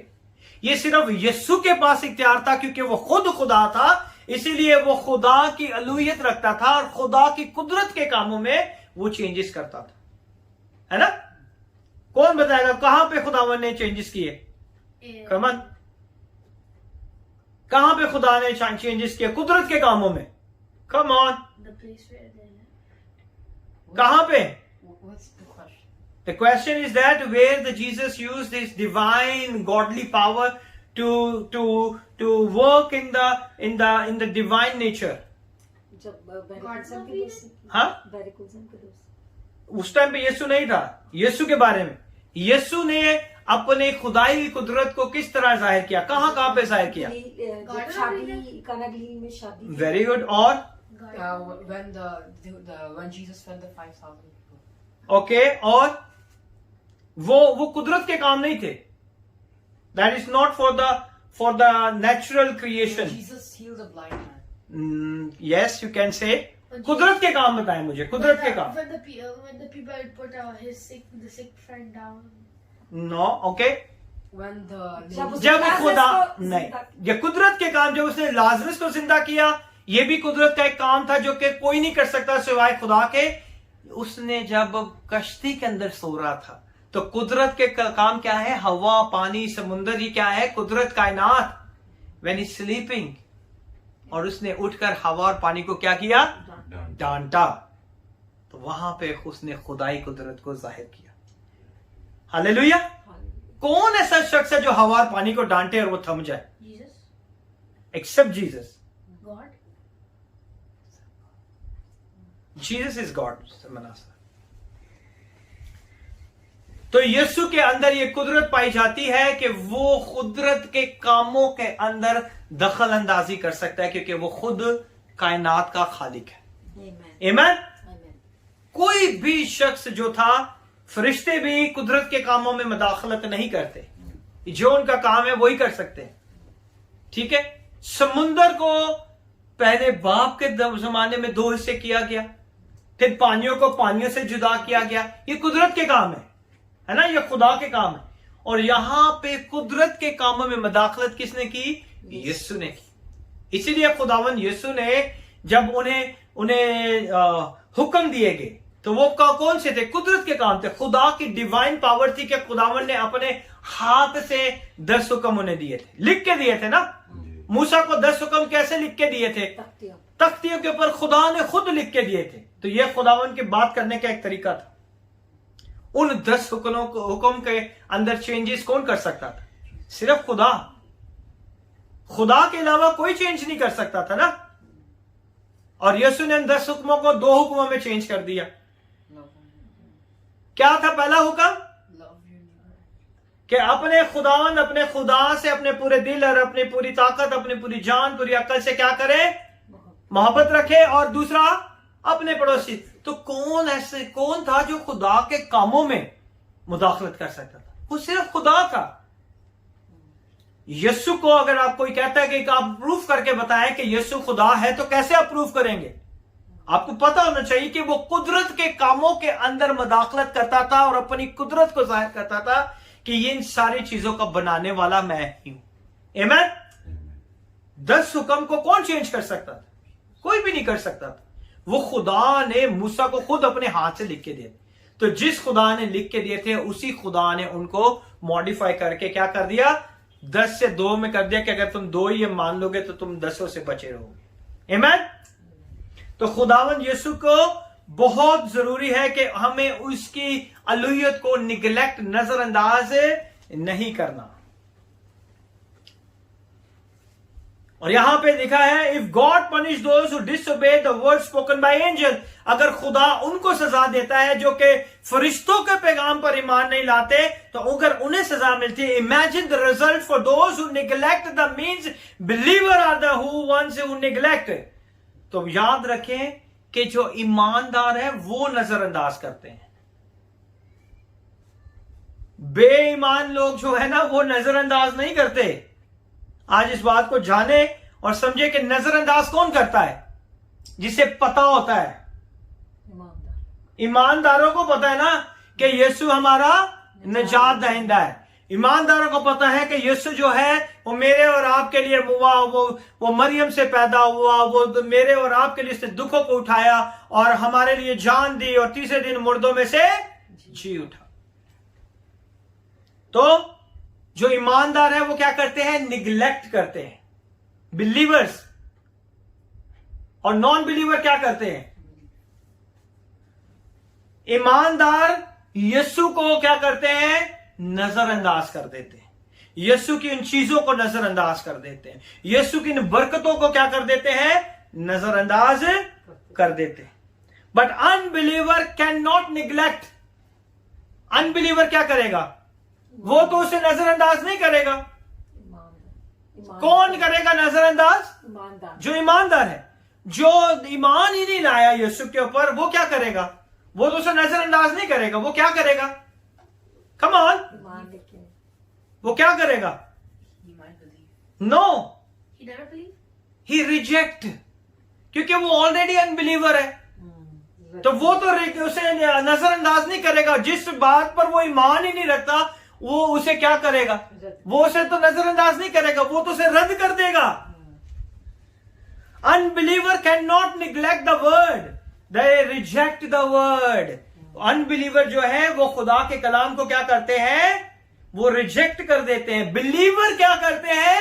निग्लेक्ट कर देते हैं। नजरअंदाज कौन करता है? जो ईमानदार हैं, जो दिन रात दुआएं करते रहते हैं, जो दिन रात रोजे रखते हैं, जो खुदा के कलाम को पढ़ते हैं, जो प्रस्तिश करते हैं, जो सारी चीजें करते हैं। लेकिन वो ही लोग हैं जो कि खुदा के कलाम को क्या करते हैं? नजरअंदाज कर देते हैं। अनबिलीवर क्या करते हैं? दे रिजेक्ट। वो तो मानते ही नहीं है, उनका ईमान ही नहीं है, तो वो कैसे निग्लेक्ट करेंगे? वो उसे क्या कर देते हैं? Reject. But believer we accept the word but then we neglect it. पहले बिलीवर क्या करते हैं? खुदा को कबूल कर लेते हैं, ईमान ले आते हैं और ऐसा ऐसे निग्लेक्ट करना शुरू करते हैं, नजरअंदाज करना। कोई गल नहीं, अगली बारी चले जाओगे, चर्च ही जाना है ना, उस चर्च चले जाएंगे, ओ दुआई करनी है ना, उस खादम को करा लांगे। निग्लेक्ट करते हैं। कौन करते हैं? बिलीवर। जो अनबिलीवर है वो तो आएगा ही नहीं आपके पास, उसने ऑलरेडी उस कलाम को कबूल ही नहीं किया, उसने तो ऑलरेडी रिजेक्ट कर दिया है ना। So the word of salvation which is superior to the law, निजात का जो लफ्ज है वो कानून से, शरीयत से बहुत बड़ा है। Because it's give forgiveness. निजात आपको क्या करती है? गुनाहों से माफी देती है। It gives and it was spoken by the son of God. निजात जो है आपको नई जिंदगी देती है, और ये निजात आपको कहां से मिलती है? यीशु मसीह के वसीला से आपको। Who is superior to the angels, जो कि फरिश्तों से भी बहुत है बड़ा है, जो कि फरिश्तों से भी बहुत है बड़ा है। It was confirmed he said by the apostle and miracles. और ये कलाम जो है फरिश्तों के वसीला से और जो खुदा के रसूलों और मौजज़ात से खुदावंद जाहिर करता है। Even the angel did not escape punishment. अगर फरिश्ते भी नाफरमानी करते हैं ना, तो उन्हें भी सजा मिलती है कि नहीं? कितने लोग एग्री हैं? अगर फरिश्ते नाफरमानी करेंगे तो उन्हें भी खुदा सजा देता है। कौन से फरिश्ते को सजा मिली? लूसीफर। तो इसका मतलब है खुदा जो है ही इज प्योर, जो उसने कहा है वो वैसे ही काम करता है। अगर खुदावन फरिश्तों के वसीला से लोगों को पनिश कर सकता है, तो अगर फरिश्ते भी नाफरमानी करे तो खुदा फरिश्तों को भी क्या करता है? सजा देता है। Even the angel did not escape punishment, वो भी उस अगर गलती करेंगे तो उस सजा से उन्हें छुटकारा नहीं मिल जाएगा, बच नहीं जाएंगे। Those who neglect the word spoken by Jesus, वो लोग जो यीशु के मुंह के अल्फाजों को क्या करते हैं? निग्लेक्ट करते हैं, नजरअंदाज कर देते हैं। Will not escape either pay attention, वो जो है यीशु के कलाम को नजरअंदाज कर देते हैं। वो उन लोगों को कह रहा है कि आप जो है अपने दिलों को जो है दिल लगाकर गौर करना चाहिए, ताकि बहकर उनसे दूर ना चले जाएं। जब तक हमारे दिल जो है खुदा के नजदीक नहीं होंगे, उसके कलाम के नजदीक नहीं होंगे, तो हम उन बातों पर ईमान भी नहीं लेके आ सकते। So don't neglect the word, because those who neglected the word spoken through angel were punished. है ना? जिन्होंने फरिश्तों के कलाम को कबूल नहीं किया, उन्हें क्या मिली? सजा मिली। Even angel are punished who neglected the word. और वो फरिश्ते जिन्होंने खुदा के कलाम को कबूल नहीं किया, उन्हें भी सजा मिली। Jesus is above than angel, then why Jesus took a position below the angel? यहां पे हम ये देखेंगे कि यीशु जो है वो फरिश्तों से क्या है? अफजल है। तो फिर यीशु ने फरिश्तों से क्यों कम तर जो है अपनी पोजीशन ली? Jesus is above than angel, then why Jesus took a position below the angel, which is the man position in the future, जो कि क्या थी? आदमियों की पोजीशन थी। फरिश्तों से कमतर कौन थे? आदमी, इंसान थे जो कि फरिश्तों से कमतर थे। Below the angel, which means the man position is future. Man will inherit with Christ. और जो पोजीशन इंसानों को दी गई, उसके साथ ये वादा भी था कि जब यीशु अपनी बादशाहत में आएगा तो जितने लोगों ने इसे कबूल किया है वो भी उसकी बादशाहत में उसकी मिराज का क्या बनेंगे? हिस्सा बनेंगे। एंजल्स को नहीं कहा गया कि वो उसके साथ बादशाही करेंगे। एंजल्स के लिए ये नहीं कहा गया। Which is the man position is the future man will inherit with Christ. The new world order, not the angel. तो जब एक नया आसमान, नई जमीन आएगी, नया यरूशलेम आएगा, तो उसके अंदर जो है एंजल्स के जो काम है वो इतना नहीं होगा, क्योंकि हम जो इंसान है जिन्होंने यीशु को कबूल किया है, हम उसके साथ उसकी मिराज का क्या होंगे? हिस्सा होंगे। और हम उस न्यू वर्ल्ड ऑर्डर के अंदर खुदा के कलाम के हिसाब से जो है इंसाफ करेंगे। Hallelujah. It is not the angel that's going to inherit the world. It's a man that's going to inherit the world. फरिश्तों के लिए नहीं कहा गया कि तुम मेरे साथ मिरास में मेरे साथ रहोगे, बल्कि किसके लिए कहा गया? इंसानों के लिए। The new heaven and the new earth when Christ is King and Lord. नया आसमान और नई जमीन होगी जहां मेरा और आपका खुदावंद यीशु क्या होगा? हमारा खुदावंद होगा। Will have his disciple who will reign with him. और जो उसके फरिश्ते हैं वो उसके साथ क्या करेंगे? सल्तनत करेंगे, उसके साथ हुकूमत करेंगे। Not the angel who will reign. Angels उसके साथ सल्तनत नहीं करेंगे। 2 तिमोथी, दूसरा तिमोथियस, उसका दूसरा बाप, उसकी 11 और 12 है। 2 Timothy chapter number 2 verse number 11 and 12। दूसरा तिमोथियस उसका दूसरा बाप, उसकी 11 और 12 है। It is a faithful saying, for if we be dead with him, we shall also live with him. If we suffer, we shall also reign with him. If we deny him, he also will deny us. दूसरा तिमोथियस उसका दूसरा बाप, उसकी 11 और 12 है। ये बात सच है कि जब हम उसके साथ मर गए तो उसके साथ जिएंगे भी। अगर हम दुख सहेंगे तो उसके साथ बादशाही भी करेंगे। अगर हम उसका इनकार करेंगे तो वो भी हमारा इनकार करेगा। हालेलुया। कितनी खूबसूरत बात है ना? है या नहीं?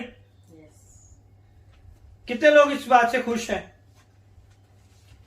और बहुत ही खूबसूरत ये खुदा के कलाम में ये हमें बात मिलती है कि लिखा हुआ है, ये बात सच है कि जब हम उसके साथ मर गए तो उसके साथ जिएंगे भी।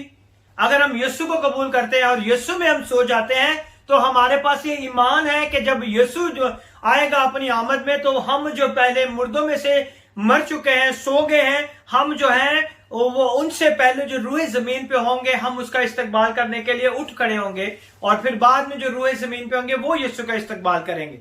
और यहां पे लिखा है जो जब हम उसके साथ मर गए तो उसके साथ जिएंगे भी, है ना। अगर हम दुख सहेंगे तो उसके साथ बादशाही भी करेंगे। ये फरिश्तों के लिए नहीं कहा गया, ये किसके लिए कहा गया? इंसानों के लिए। किसके लिए कहा गया? इंसानों के लिए। अगर हम उसका इनकार करेंगे, अगर आप यीशु का इनकार कर देंगे कि यीशु खुदा का बेटा नहीं है, तो फिर क्या होगा?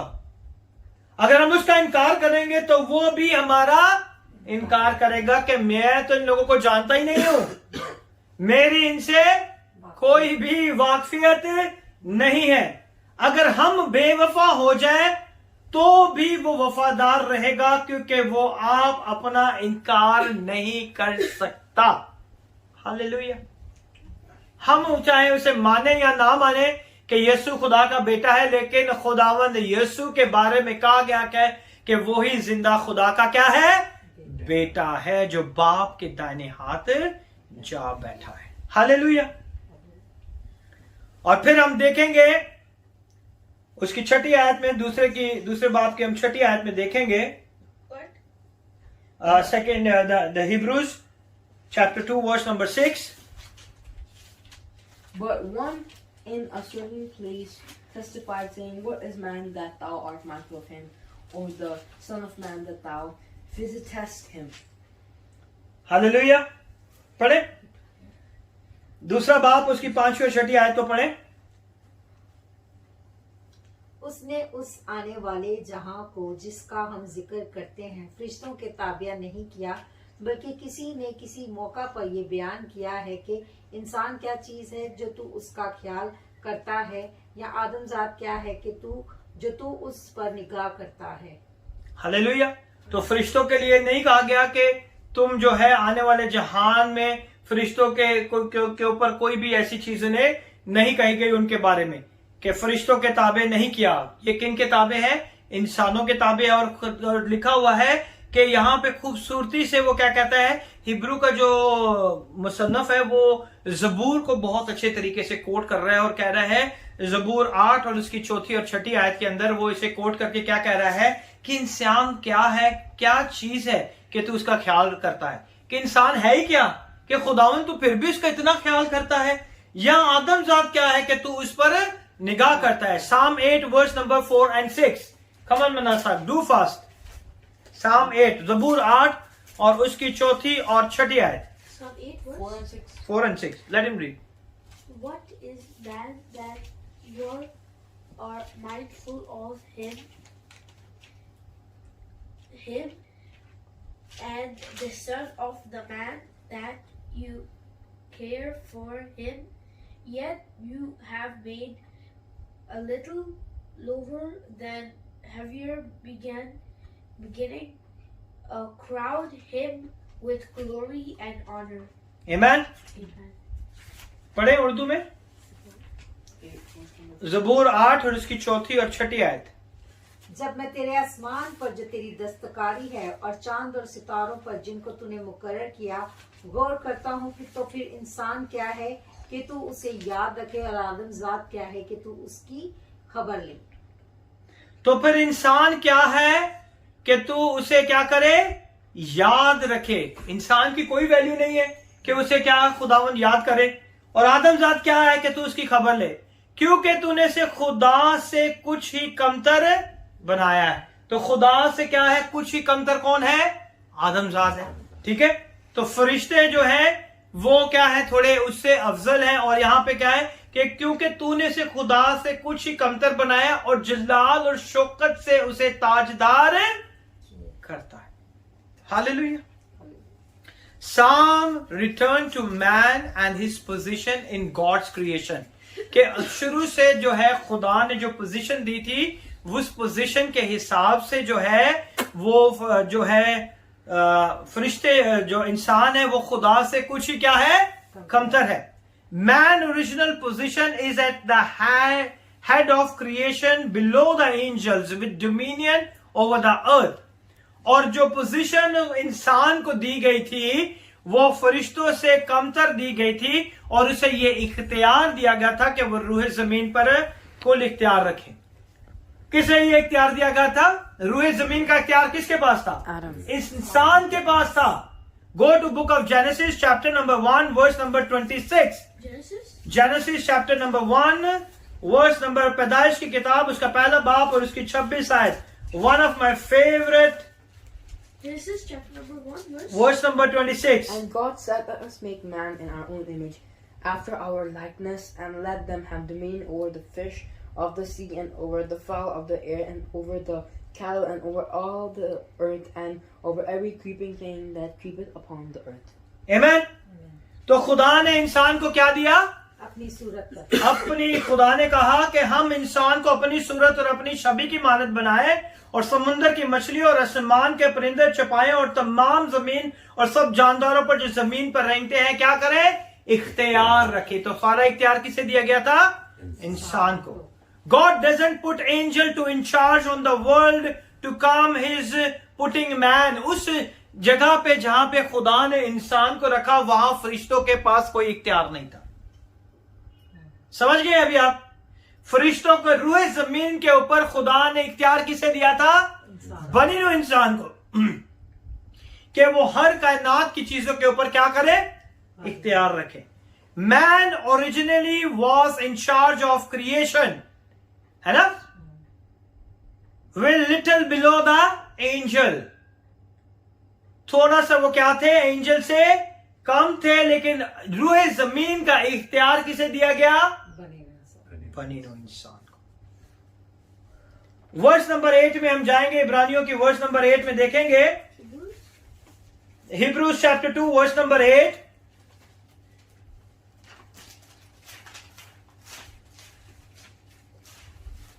Hebrews chapter number 2 verse number 8. Yeah. Putting everything Yeah. putting everything in subjection under his feet. Now in putting everything in subjection to him, he left nothing outside his control at present. We do not yet see everything in subjection to him. Amen. Amen. Amen. और लिखा हुआ है तूने सब चीजें ताबे करके इसके पांव तले कर दी. किसके पांव तले कर दी थी ये सारी चीजें? इंसान के पैरों तले कर दी ना. तो लिखा है कि तूने सब चीजों को क्या कर दिया? बस जो सूरत में उसने सब चीजें उसके ताबे कर दी तो उसने कोई चीज ऐसी नहीं छोड़ी जो उसके ताबे ना की हो, मगर हम अब तक सब चीजें उसके ताबे नहीं देखते. आज भी जो है हम जो है उन सब चीजों को उसके ताबे नहीं देख पाते कि ये सारी चीजें किसके ताबे हैं? इंसान के ताबे हैं. और इंसान के ताबे किसने किए हैं? यीशु. Is that a man fell from his position because of sin? वो सारे इख्तियार से, वो सारी पोजीशन से वो इंसान बनी आदम जो था वो नीचे गिर गया क्योंकि उसने क्या किया था? गुनाह किया था. And his dominion over all things is cut back. और जितना इख्तियार उसके पास था वो उसे छीन गया.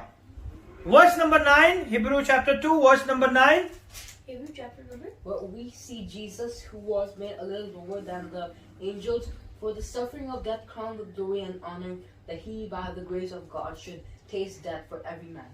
अब देखें इसके अंदर मैंने जो आपको बताया था कि यीशु जो है उसने फरिश्तों से कमतर पोजीशन को लिया था. अब इसी में हम देखेंगे अलबत्ता उसको देखते हैं जो फरिश्तों से कुछ ही कम किया गया, यानी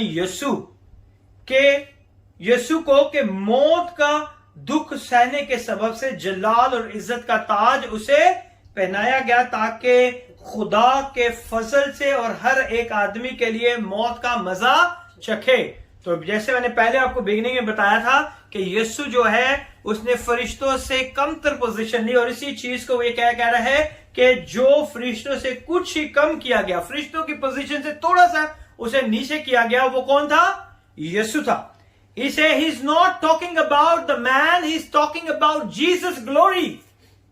उसने उस जलाल के बारे में, जो यीशु का जलाल था, उसे कहा गया you didn't see a man future glory but you have witnessed the Jesus glory. हम इंसानों के जलाल की गवाही नहीं दे सकते क्योंकि उनका जलाल जो है उनकी तरफ से नहीं, वो खुदा की तरफ से मिलता है, लेकिन हम यीशु के जलाल के गवाह हैं। He talks about the death and he pauses and says it was honorable death. और वो क्या करता है? वो यीशु की मौत का इजहार करता है और वो कहता है कि ये मौत का मजा जो है, जो यीशु ने चखा है, ये हर बनीनो इंसान के लिए। आमीन। A death led to glory. यही मौत उसको कहां पे ले गई? जलाल के पास ले गई। और ये मौत क्या लिखा हुआ है? क्योंकि नामी आयत में हमने देखा है कि मौत का दुख सहने के सबब से जलाल और इज्जत का ताज उसे पहनाया गया। अगर वो मौत का दुख नहीं सहता तो वो जलाल और वो इज्जत उसे नहीं मिलती। It was a honourable death, a death that lead to glory. और वो जो है मौत जो है वो उसे जलाल की तरफ ले गई। Jesus death was not a deserve death. Yeshu की मौत जो थी ना, वो उसका हकदार नहीं था। कितने लोग इस बात पर ईमान रखते हैं? मैं एक छोटी सी एक स्टोरी आपको बताऊंगा जो मैंने अपने बुजुर्ग खादमों से सीखी, अपने उस्तादों से। एक छोटी सी स्टोरी बताता हूं। ये रियल स्टोरी है कि एक खुदा का खादम था, एक फादर था, और वो हमेशा जो है वो दुआ करता था कि यीशु जिस तरह तूने दुख उठाए, तू मेरे लिए भी दुख उठा, मुझे भी इस लायक करके मैं उसी तरह दुख उठाऊं। जिस तरह तू दुख उठाता था, जिस तरह तूने इन सारी चीजों को सहा, मेरी जिंदगी में भी ऐसा कर कि मैं भी उन चीजों को दुख उठाऊं और उन चीजों को सह सकूं। क्या होता है कि वो खादम जो है वो हर रोज ये दुआ करता है, हर रोज दुआ करता है। एक दिन खुदावन उसकी इस दुआ को कबूल कर लेता है। और खुदावन क्या करता है कि एक दिन उसके दरवाजे पे नॉक होती है और उस इलाके की एक वहशा औरत, जो कि प्रोस्टिट्यूट औरत थी, वो एक बच्चे को लाती है और वो बच्चा जो है उस खादम के हाथ में दे देती है और कहती है कि ये तेरा बच्चा है। और वो पूरे इलाके में इतना शोर कर देती है, इतना शोर कर देती है कि उस फादर को उस बच्चे को एक्सेप्ट करना ही पड़ता है। और वो अंदर आके इतना रोता है, इतना रोता है, इतना रोता है कि खुदा तू जानता है कि मेरा इस औरत के साथ कोई वाकफियत नहीं है, तू जानता है कि मैं ऐसा नहीं हूं, लेकिन ये बच्चा भी मेरा नहीं है। जो ये पैदा हुआ बच्चा मुझे सौंप गई और मुझे कहा कि मैं जो हूं इसका बाप हूं। तो खुदा ने उसे, ये सारा सिचुएशन जब हुआ तो उसने जो है बहुत परेशान हुआ, बहुत रोया, बहुत दुआएं की। तो खुदावंद यीशु ने उसे ख्वाब में या किसी तरह भी उसे समझाया कि ये वो गुनाह है जो तूने नहीं किया, लेकिन ये दुख जो है तेरे ऊपर डाला गया है। समझ रहे आप मेरी बात को? ये वो गुनाह है जो उसने, फादर ने नहीं किया था, लेकिन ये गुनाह, ये दुख उसके ऊपर डाला गया। और वो उस गुनाह जो उसने नहीं किया, उसकी खातिर उसने शर्मिंदगी उठाई, उसकी खातिर उसने बदनामी उठाई, उसकी खातिर उसने कितने लोगों से बातें सुनी। तो यीशु ने भी मेरे और आपके गुनाह को उठाया। वो उसके गुनाह नहीं थे, वो मेरे और आपके गुनाहों की खातिर मरा है। और क्या होता है कि कुछ अरसा के बाद वो औरत जो है वो कहीं जाती है और उसको खुदा का पाकरू भारता है और वो आती है। और ठीक उसी तरह कुछ सालों के बाद वो फादर जो है, ये रियल स्टोरी बता रहा हूं, वो जो है वो उसे बच्चे की परवरिश करना शुरू कर देता है, उसे पालना शुरू कर देता है, वो बड़ा होना शुरू हो जाता है। और वो माँ जो है एक दिन दोबारा आती है और फिर उसका दरवाजा नॉक करती है और सारे लोगों को जमा कर देती है और वो कहती है कि ये जो है बच्चा जो है इसका नहीं था, ये मेरा था, ये मेरा गुनाह था और ये मेरी ही गुनाह था जो ये शख्स ने उठा लिया। और मैं इस बात पर ईमान रखती थी कि मुझे पता था कि इस पूरे इलाके में कोई ऐसा शख्स नहीं है जो मेरे गुनाहों को खामोशी से अपने ऊपर ले ले। तो मैंने इस फादर के ऊपर इल्जाम लगाया और आज मैं इस इल्जाम से तौबा करती हूं कि ये जो है बेगुनाह है। तो खुदा वक्त आने पर उन गुनाहों को भी जो है धो देता है। Amen. तो जो यीशु ने गुनाह उठाए वो उसके गुनाह नहीं थे, वो मौत उसकी नहीं थी, वो मौत मेरे और आपके लिए थी। वो मौत किसके लिए थी? मेरे और आपके लिए। और उसने वो मौत को आसानी से, खुशी से हमारे लिए सह गया, है ना? क्योंकि वो हमारा सब्स्टिट्यूशनर है, उसने हमें सब्स्टिट्यूट कर दिया उस मौत से। Jesus death was not deserve death like a man's death. Man suffer death as a result of their own sin. आदमी जो है अपने गुनाहों की वजह से मौत का मजा चखता है। Jesus death was a substitutionary. Yeshu जो था वो हमारे गुनाहों के लिए वो मरा है। It was sin of other people that causes death. और दूसरों के गुनाहों की खातिर वो उसने मौत के मजा को क्या किया है? चखा। He suffer the death for other peoples sin. उसने दूसरे लोगों के गुनाहों के लिए इस सारे दुखों को अपने लिए से, because the death of मिसाया was an obstacle for Jesus. क्योंकि वो जो यहूदी लोग थे उनके लिए ये बहुत बड़ा एक जो था रुकावट थी, एक बहुत बड़ी चीज थी जो उन्हें समझ नहीं आ रही थी कि यीशु जो है वो मिसाया भी है, तो फिर वो किस तरह इतनी बुरी मौत मर सकता है। तो ये एक सवाल था उनके लिए, ये एक प्रॉब्लम थी उनके लिए। That's why he talk future glory after death. इसीलिए वो आने वाले जलाल के बारे में बताता है कि ये यीशु की मौत के बाद का जलाल है, उसके बारे में उन्हें समझाता है। The death of Jesus he know this is the stumbling block for them. और ये उनके लिए क्या था? एक बहुत बड़ा ठोकर का बाइस था कि जिस बंदे के ऊपर वो ईमान लेके आ रहे हैं, जिसके लिए उन्होंने अपने घर बार छोड़ दिया, जिसके पीछे वो चलना शुरू हो गए हैं, उसे तो बड़ी बुरी तरह से एक मुजरिम की तरह जो है सलीब दी गई, मसलूब किया गया। और मसलूब किसने किया? एक फॉरेन आर्मी ने, वो बाहर की फौजों ने। किसने? रोमन आर्मीज ने उसे मसलूब किया था ना। तो वो कहते हैं कि जिसके ऊपर तुम ईमान लाए हो, जिसके ऊपर तुमने सब चीजें छोड़ दी हैं, उस खुदा को तो रोमन आर्मीज ने जो है इतनी भयंकर और इतनी खतरनाक सजा देके उसे मसलूब कर दिया। जिसके लिए तुम अपने घर बार को छोड़ा है, जिसके लिए तुमने अपनी फैमिलीज को छोड़ दिया, जिसके लिए तुमने सब चीजें छोड़ दी। Shaking their faith, their Jewish families and the friends who would be saying to them, you give your soul, your life to the hand of someone who was executed by a pagan's army in a shameful way. उसके लिए तुमने छोड़ दिया जिसे इतनी जिल्लत की मौत मिली। This is your messiah. आज भी लोग ऐसे ही कहते हैं, ये तुम्हारा खुदा है। हालात तुम्हारे चेंज नहीं हो रहे, बीमारियों से तुम बाहर नहीं आ रहे, तकलीफों में, मुश्किल परेशानियों में फंसे हुए हो, ये तुम्हारा खुदा है ना? That's why author tells you pay special attention to the gospel. इसीलिए वो कहता है कि खुदा की निजात के इस कलाम के ऊपर अपने कान लगा ले, दिल से इसे कबूल करें। Jesus death was according to the will and the purpose of God. Yeshu की मौत जो थी खुदा बाप की मर्जी के मुताबिक थी, ताकि खुदा का इलाही मकसद मेरे और आपके लिए पूरा हो जाए। It was a substitutionary in the purpose. 10 से लेकर 15 तक हम बाद में से पढ़ेंगे। Suffering for a man salvation, well man salvation is a link to the death of Jesus. Yeshu जो आदमियों की निजात जो है वो यीशु की मौत के साथ ताल्लुक रखती है। आदमियों की निजात इस तरह नहीं थी कि ऑटोमेटिक इसने, जब तक यीशु मौत का मजा ना चखता तब तक वो निजात इंसानों को नहीं मिलनी थी। आमीन। He take a concept suffering Messiah, Messiah के उस कॉन्सेप्ट को वो लेता है और वो क्या कहता है 10वीं आयत के अंदर, suffering is according to the God's will order to save man। वो कहता है कि जो खुदा बाप का मर्जी थी, उसका मकसद था इंसान को बचाने के लिए, उसके लिए उसने अपने बेटे को इस मौत का मजा चखने के लिए भेजा। Order to save man, death is necessary। बनी नो इंसान को जिंदगी देने के लिए यीशु को मौत का मजा चखना जरूर था। God fully prepared his son for his suffering। खुदा ने पूरे तरीके से अपने बेटे को तैयार करके इस सारे दुख सहने के लिए भेजा।